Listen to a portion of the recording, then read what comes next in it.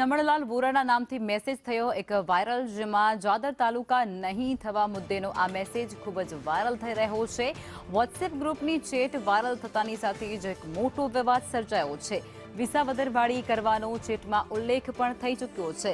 Chat viral થવા મુદ્દે રમણલાલ વોરાનું નિવેદન પણ સામે આવ્યું છે, જેમાં પોતાને બદનામ કરવાનું કાવતરું તેમના દ્વારા ગણાવાયું છે। ક્યારેય ભાજપ માટે નેગેટિવ વાત મેં નથી કરી તેવું રમણલાલ જણાવી રહ્યા છે। સાથે જ આ વાયરલ ચેટવાળા નંબર પણ એમનો છે જ નહીં તેવો દાવો તેમના દ્વારા થયો છે। 2022થી મારા વિરુદ્ધ એક નેરેટિવ ચલાવવામાં આવી રહ્યું છે અને મારા વિશે અમુક મીડિયામાં ઘણું બધું લખવામાં આવે છે। આ ઉપરાંત તેઓએ કહ્યું છે કે લખવાવાળા એ પણ ભાજપવાળા પણ છે, જેમાં સરકાર તપાસ કરી અને યોગ્ય કાર્યવાહી કરે તેવી જ માંગ રમણલાલ દ્વારા કરવામાં આવી રહી છે।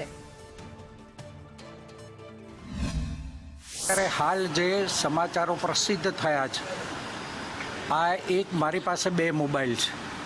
જે લોકોએ આ લખ્યું છે એનો નંબર પણ મારી પાસે છે, નામ પણ મારી પાસે છે અને મારા નામે જે અત્યારે ચલાવ્યું છે રમણલાલ વોરા, મારા ટ્રુ કોલરમાં RI વોરા છે, પણ પેલો ભૂલ કરવાવાળો તો ભૂલ કરે જ અને આવું કૃત્ય મારાથી ક્યારેય થાય નહીં।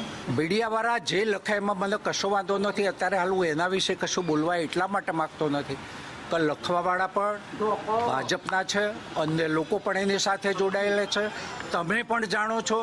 પરંતુ મને એ વાતનો આનંદ છે કે ભારતીય જનતા પાર્ટીનો એક કાર્યકર્તા ભાજપના વિરુદ્ધ લખે, એ સરકાર તપાસ કરે